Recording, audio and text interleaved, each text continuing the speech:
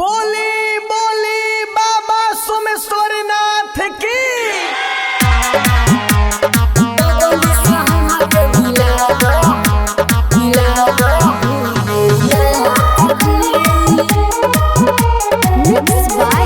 प्रकाश चंद्रवंशी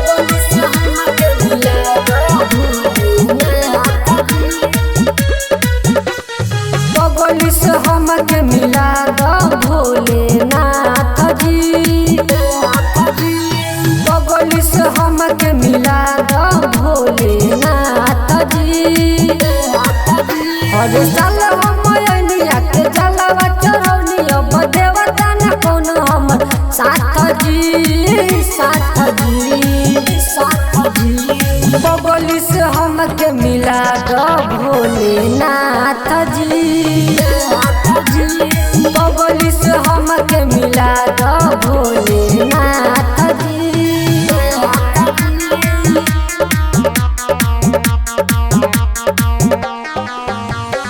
बगली से हमके मिला दो भोलेनाथ जी।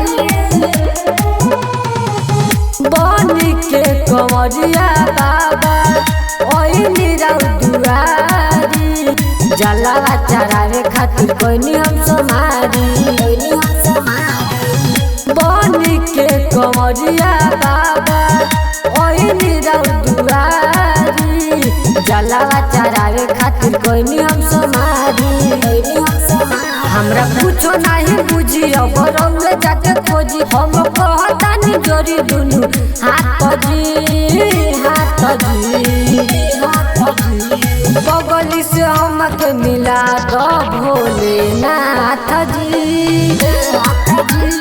बगली से हमके मिला दो भोलेनाथ जी।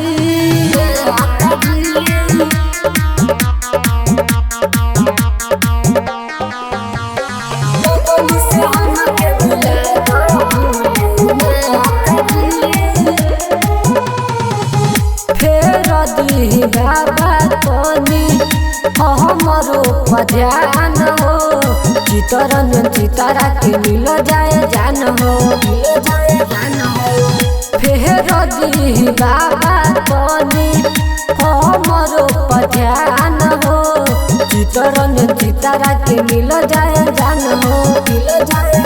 कहे सुबत प्रकाश बात हवे इहो बात। अब झुकावा तानी रौयल माथ जी। बगली से हमके मिला दो भोलेनाथ जी। बगली से हमके मिला दो भोलेनाथ जी।